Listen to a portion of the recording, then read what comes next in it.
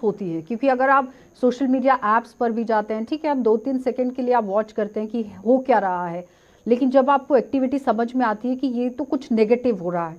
तुरंत आपको उसको छोड़कर पुलिस को इत्तला करने की ज़रूरत है कि नहीं। एक डर पुलिस का अंदर से अगर ख़त्म हो जाए तो जाहिर तौर पर लोग सीधा पुलिस के साथ कन्वर्सेशन शुरू करेंगे कि नहीं।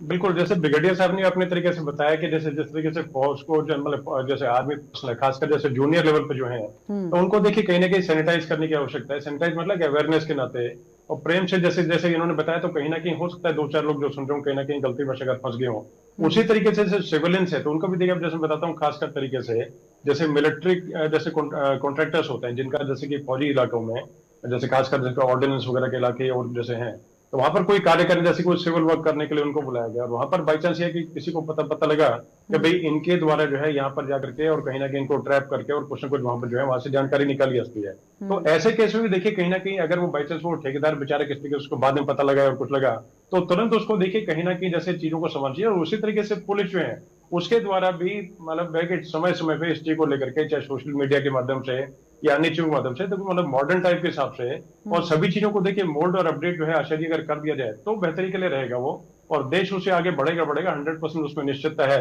और पूरे तरीके से देखिए कि पुलिस को एक तरह से दोस्त की तरफ पेश आना चाहिए, परिवार के मेंबर की तरफ पेश आना चाहिए, कि वो एक तरह से गार्डियन के तौर पे और ये मतलब लॉ प्रोटेक्टर के तौर पे और इम्प्लीमेंटर के तौर पे वो काम कर रही है, और उसमें कोई उससे डरने की आवश्यकता नहीं है। कोई अगर परेशानी अगर बताएगा तो उसका समाधान निकालने का मतलब कोशिश की जाएगी। तो ये कहीं ना कहीं जो है, जैसे कि जो लॉ इम्प्लीमेंटिंग जैसे एजेंसीज हैं, तो उनको बताना पड़ेगा उस तरीके से। और जैसे आप जैसे ये विंग कमांडर जो पकड़े गए, तो इसके केस में भी देखिए सीधे तरीके से जो एयरफोर्स इंटेलिजेंस थी, तो उन्होंने एक तरह से अपने जो भी जैसे कि जो इनके पास इनपुट्स कुछ है, कहीं ना कहीं विजिलेंस सुन रखी होगी, कोई ना कोई सर्वेलेंस करके रखा होगा, तो उसके द्वारा पता लगा। तो मई में जैसे पता लगा, उसके बाद में ये वॉच करते रहे पूरे सख्त, जैसे कि उसकी निगरानी करने के बाद में पता लगा कि इस तरह की चीजें हो चुकी है। लेकिन तब तक मेरे ख्याल में मुझे लगता है वो काफी आगे तक आदमी निकल चुका था। अब वो भय था, लालच था, कुछ था, वो तो देखने की बातें हैं। लेकिन मुझे लगता है शुरुआती दौर में अगर वो आदमी अगर पलट जाता, विंग कमांडर जो है अगर पलट जाता, तो शायद इस स्थिति में जैसे चीजें नहीं, तो क्या क्या इन्फॉर्मेशन पहुंचाई गई, उससे आगे जाके क्या नुकसान होगा। जैसे ऑपरेशन सिंदूर जो था, वो भी उससे पहले जैसे उसमें उसमें पता नहीं हो सकता कुछ इनपुट